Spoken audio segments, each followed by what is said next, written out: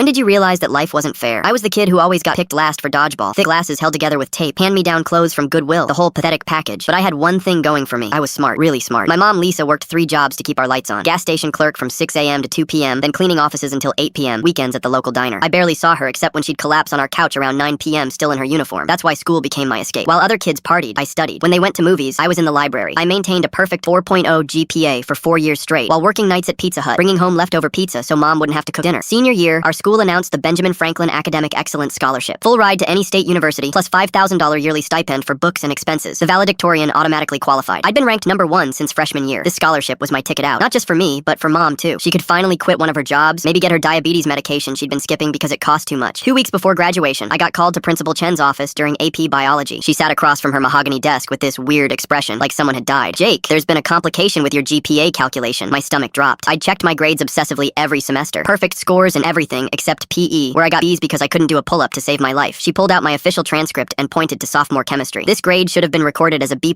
not an A. Your actual cumulative GPA is 3.98. I stared at the paper, confused. "But Mr. Rodriguez gave me an A. I have the report card at home. I can bring it tomorrow." Mrs. Chen shrugged, avoiding eye contact. "The computer system shows B+.